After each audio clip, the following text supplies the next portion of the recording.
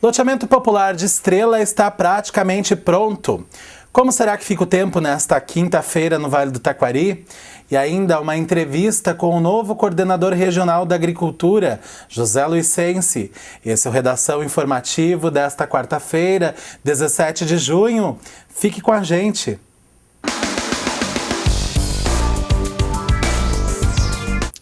Olá! Um acidente deixa uma mulher ferida em Lajeado.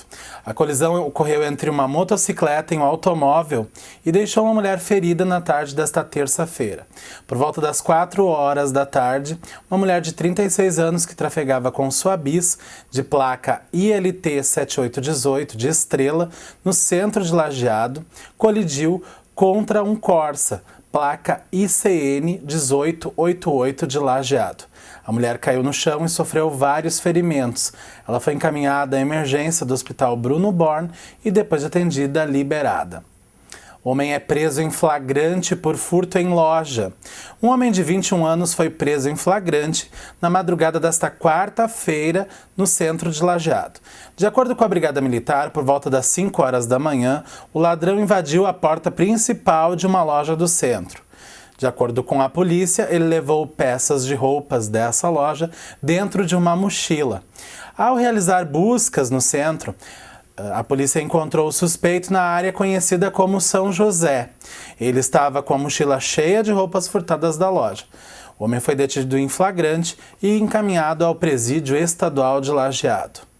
E um jovem é preso por tráfico de drogas em Estrela. Um homem de 19 anos, natural de Santana do Livramento, foi detido na noite desta terça-feira no bairro Imigrantes. Ao ver o policiamento, o jovem atirou um objeto no chão e tentou fugir. A abordagem ocorreu por volta das 10 horas da noite e foram recolhidas 3 porções de maconha, mais R$ 327 em dinheiro e um telefone celular. O aparelho do traficante haviam várias mensagens de usuários de drogas realizando pedidos a ele. O jovem foi detido em flagrante e encaminhado também ao Presídio Estadual de Lajeado. E a Brigada Militar de Bom Retiro do Sul capturou um foragido da Justiça na tarde desta terça-feira. O homem de 29 anos trafegava com seu Fiat Uno, placa ICE 2261, por volta das 6 horas da tarde, quando foi abordado pelos policiais.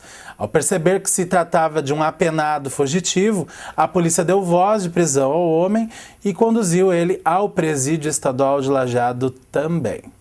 E a Brigada Militar de Lajeado prendeu um papeleiro também foragido do presídio. O homem, ele estava foragido do presídio estadual, foi detido na manhã desta quarta-feira no centro de Lajeado. De acordo com o comandante da primeira companhia do 22º Batalhão de Polícia Militar, o capitão Luciano Johan, este homem atuava como papeleiro em Lajeado e estava foragido do presídio desde novembro do ano passado. O capitão Johan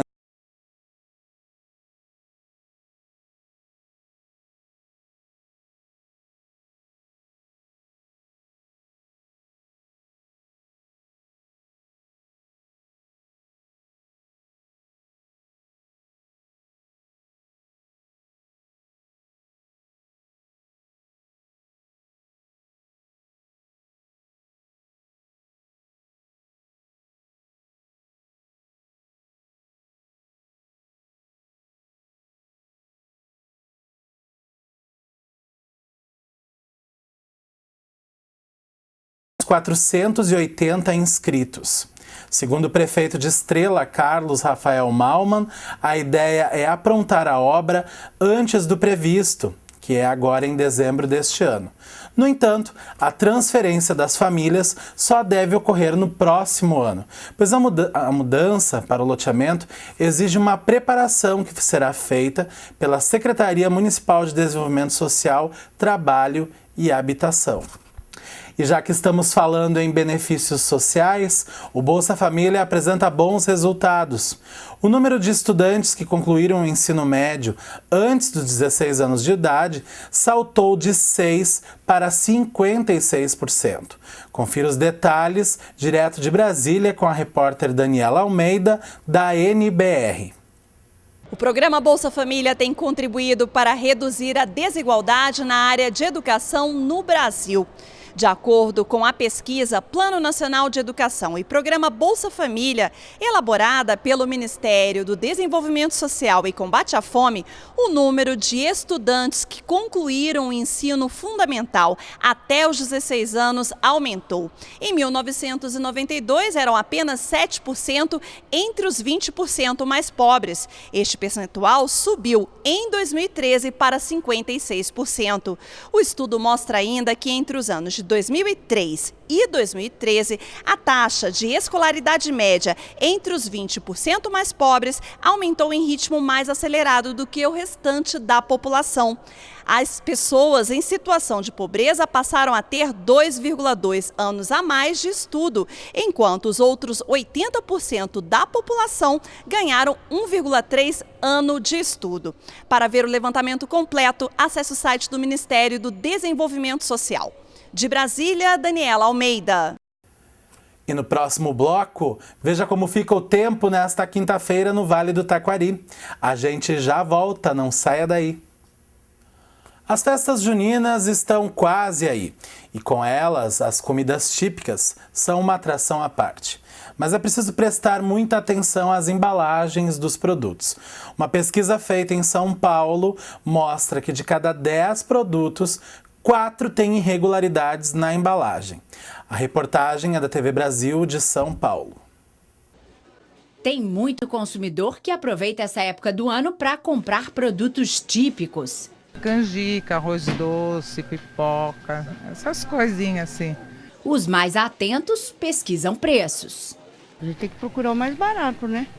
Me preocupo, né? O problema é que muitas vezes o peso escrito na embalagem não é real. Foi o que uma operação do Instituto de Pesos e Medidas de São Paulo constatou depois de recolher 62 produtos diferentes em 5 cidades do interior e na capital. Todos foram pesados no laboratório do IPEM e a análise revelou que 4 de cada 10 produtos tinham irregularidades. Na dúvida, pega aquele produto e coloque numa balança. O peso que é indicado na balança tem que ser bem superior ao marcado na embalagem, porque a embalagem não é produto. E a outra coisa é sempre fazer a comparação, preço por quilograma. Veja o peso, compare com o preço dos concorrentes e aí sim faça a sua escolha. Confira agora as notícias regionais com o repórter Alício de Assunção. Alício, é com você agora. Cerca de 16 grupos de danças já confirmaram presença na quarta Deutscher Abend, a Noite Alemã, em Forquetinha, evento que será realizado no dia 27 de junho no Salão de Exposições do Parque Christoph Bauer.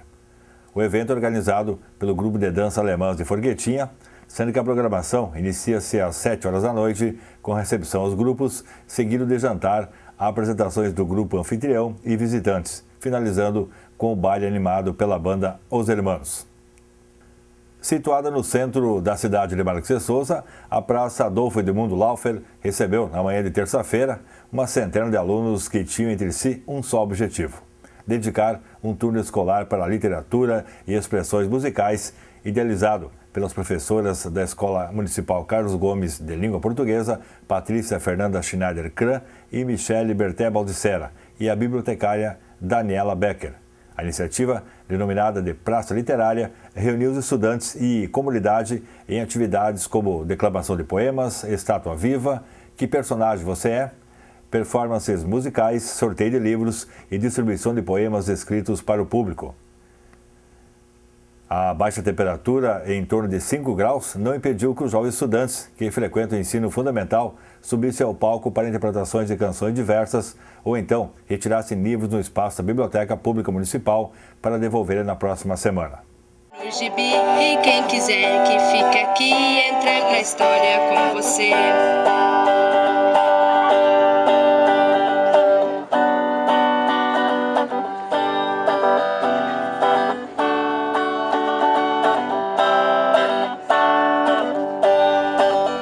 estudantes aproveitaram os raios solares que espantavam um pouco do frio e ali mesmo nos bancos da praça fizeram as suas leituras. Ainda na avaliação da diretora da escola, Kátia Fontana, atividades como a Praça Literária fortalecem a leitura e escrita, resultando em conhecimento para todos e incentivando a escola a ver a possibilidade de realizar a segunda edição ainda nesse ano.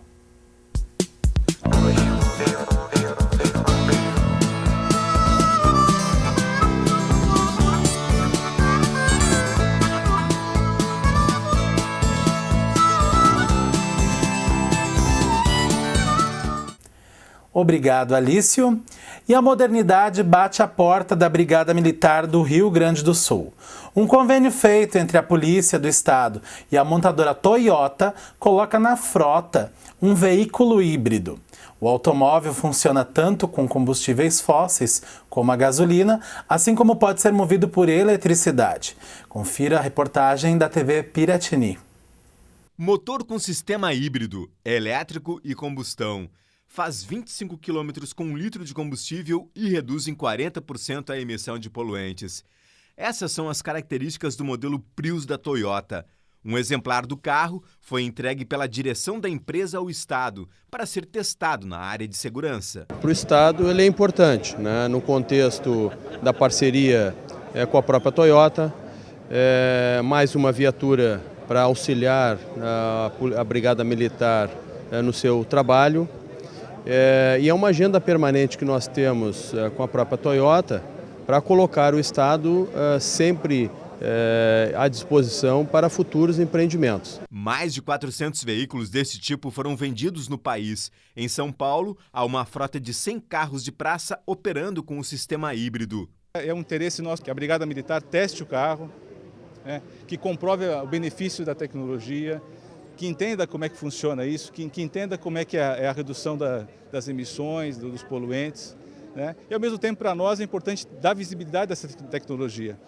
Em Porto Alegre, o carro vai ser testado durante 1 ano em regime de comodato pelo 9º Batalhão da Brigada Militar, que atua na área central da cidade. É um veículo potente, grande, ela tem uma imponência, com certeza vai nos ajudar em alguma velocidade empreendida maior de acompanhamento de um veículo, um socorro imediato. Agora você assiste ao comentário do secretário municipal da Fazenda de Lajeado, José Carlos Bulé. Dando continuidade então ao texto da reforma política, vamos avaliar hoje os textos que já passaram, então, os temas que já passaram pela Câmara Federal em relação a financiamento de campanha, ou seja, reforma política. Foi aprovada então a questão do financiamento de campanha, as empresas só poderão doar a partidos e pessoa física, candidatos e partidos. E foi mantido então a questão do dinheiro público, que é de origem do fundo partidário. Também foi aprovada a questão do tempo de televisão, a questão da duração do mandato. Então, os mandatos eletivos eles vão ser de 5 anos. A idade mínima para a candidatura foi diminuída para deputados, governadores e senadores. O deputado, então, como era? Deputado era 21 anos, passou agora para 18 anos. Governadores e vice, que era 30, passou para 29 anos. Senadores, também, que era 35 anos, passou então para os 29 anos. A questão da reeleição, acaba a reeleição para cargos de presidente, governador e prefeito. Aqui é importante uma reflexão. Eleitos em 2014 e na próxima, em 2016, poderão então se reeleger.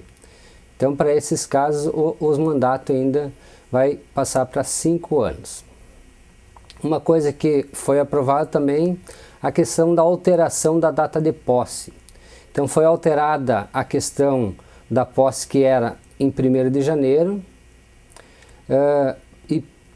e para governador ficou para o dia 4 e para presidente então para o dia 5. Então, revisando, era 1º de janeiro, passou para dia 4 para governador e 5 para presidente.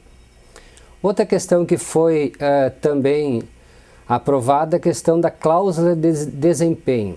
Só poderão receber doações ou dinheiro no fundo e usar o horário eleitoral gratuito o partido que concorrer com candidatos próprios e eleger pelo menos um parlamentar.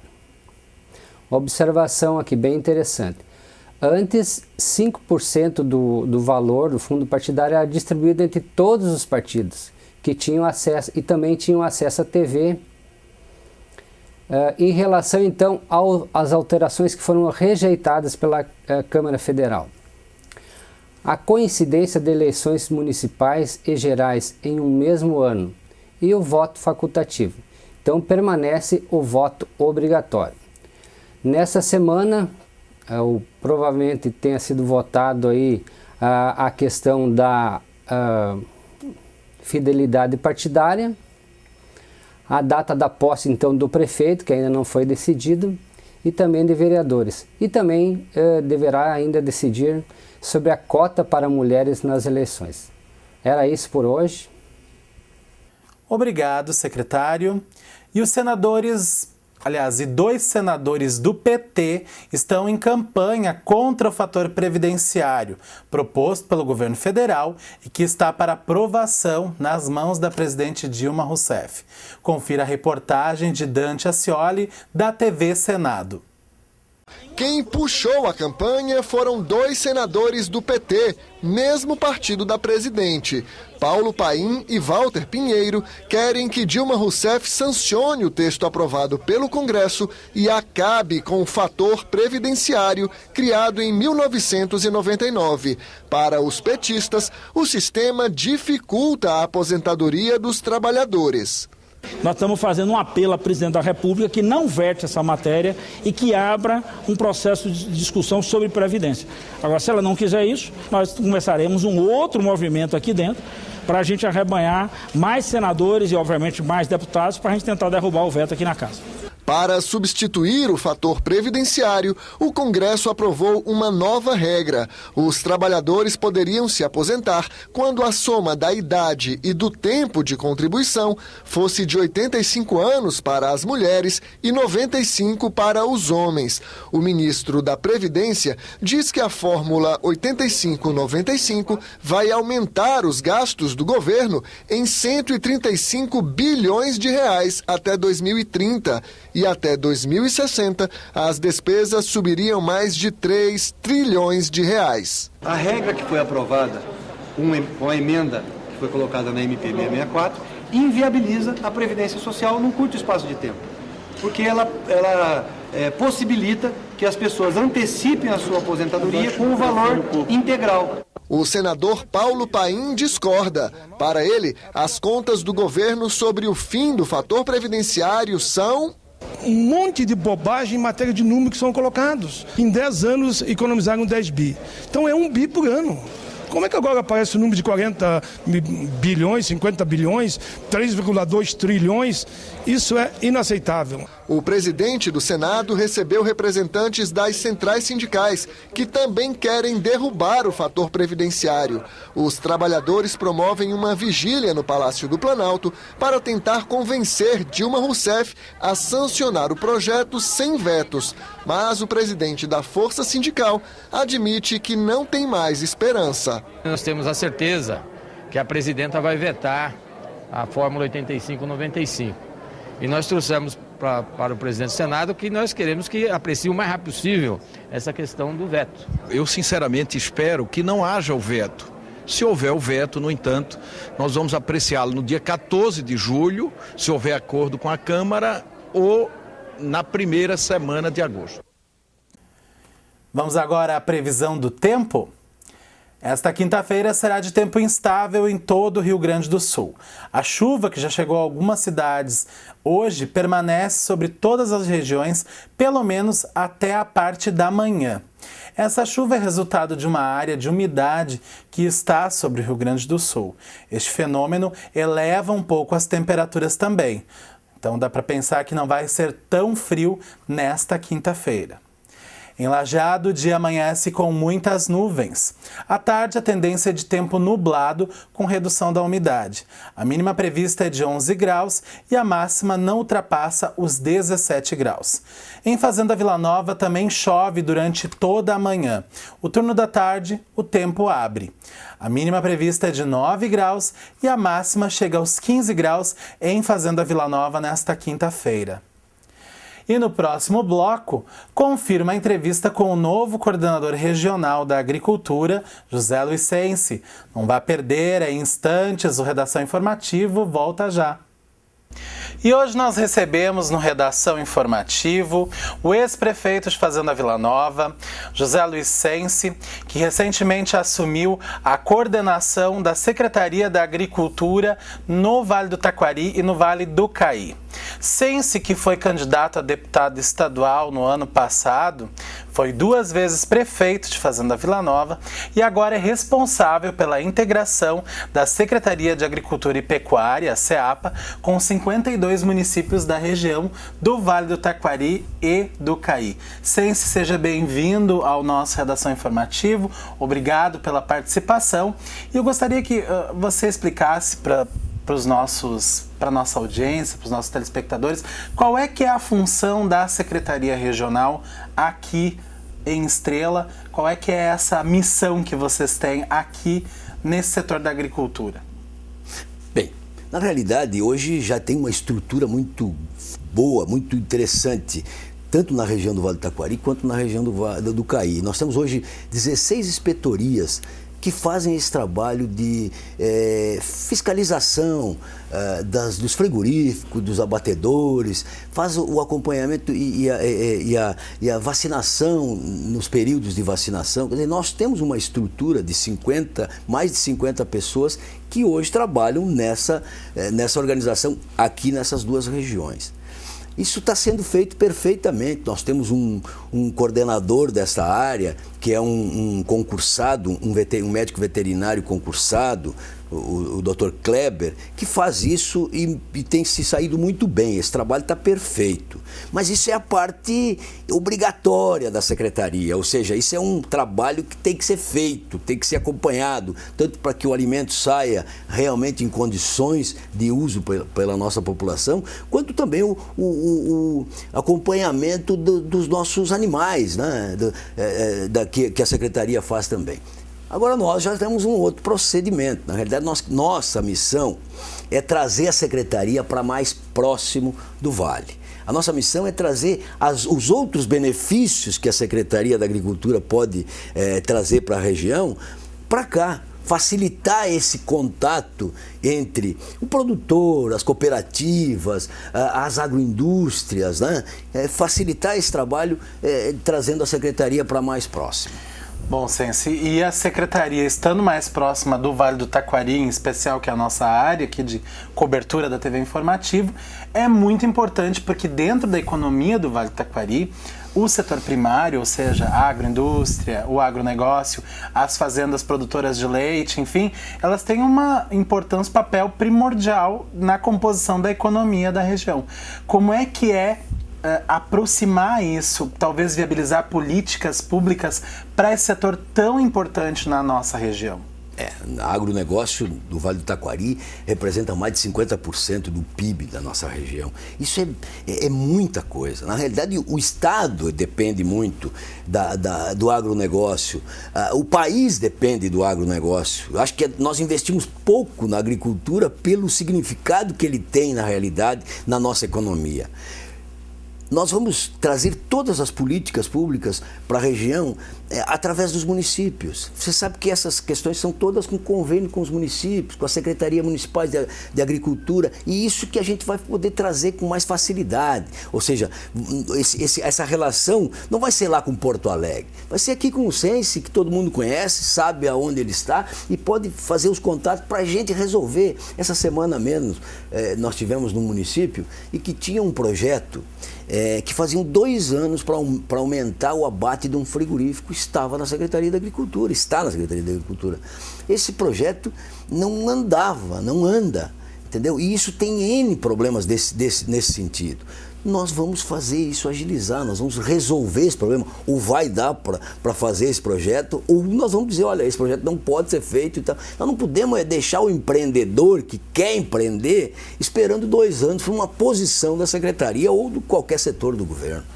Claro, e na tua figura, que é uma pessoa conhecida aqui da região, uma liderança forte durante muito tempo aqui na região em questões importantes como a duplicação da BR-386, como que tu vê assim a tua missão particular em liderar esse setor tão importante aqui para a região? O Sense, como é que o Sense vê essa responsabilidade agora, desde que nomeado então coordenador aí da agricultura na região? Na realidade, eu tenho uma visão bem ampla dos problemas do Vale do Taquari.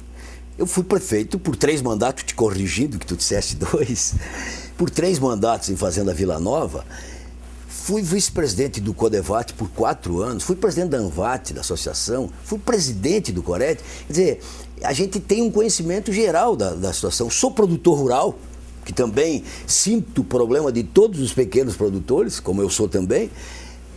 E isso nós precisamos trazer a secretaria para mais próximo. Como é que um produtor vai saber se existe um programa na Secretaria da Agricultura do Estado? É através da prefeitura. E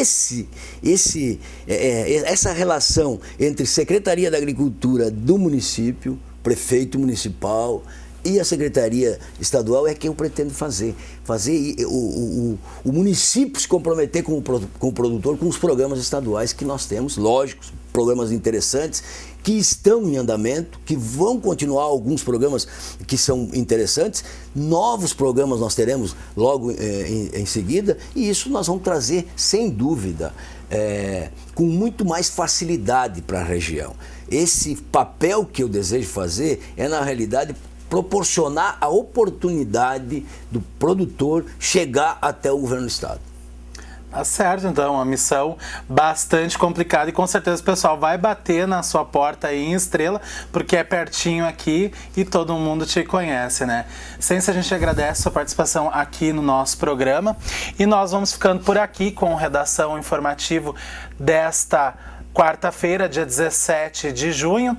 Nós voltamos em edição inédita na próxima quinta-feira, ou seja, amanhã, a partir das 6h30 da tarde, aqui na TV Informativo. Você fica agora com o Papo de Boleiro, com Helena Bazégio e o Diogo Botti. A TV Informativo também está na internet. Acesse o www.tvinformativo.com.br. Nós nos vemos amanhã. Até lá!